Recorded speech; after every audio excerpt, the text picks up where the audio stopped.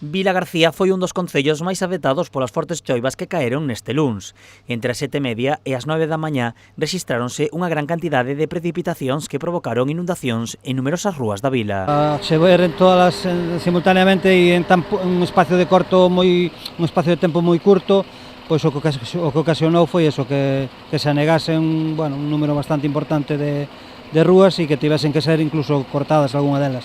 Nalgunha das rúas incluso quedaron atrapados vehículos. Sí, na rúa Valle-Inclán algúns coches, a pesar de que en algún momento estaba xa sinalizado pola policía local, a pesar de todos, algúns pasaron e sí que quedaron, creo que son tres coches e un que finalmente logrou arrancar, pero que non tiña moi boa pinta. A pesar das inundacións, dende Protección Civil non teñen constancia de que ningún comercio ou negocio se vira afectado. Sen embargo, as consecuencias das choivas si provocaron derrubamentos en diferentes zonas da vila. Unha delas tivo lugar en Cea, a outra, e máis importante, na gardería municipal. Tivemos tamén un desprendemento do falso teito da gardería municipal debido a un desborde dos canalóns da recollida de augas do tellado, o cal fixo que filtrase auga interior e que caese unha parte do falso teito da gardería. Neses momentos non había ninguén dentro da gardería.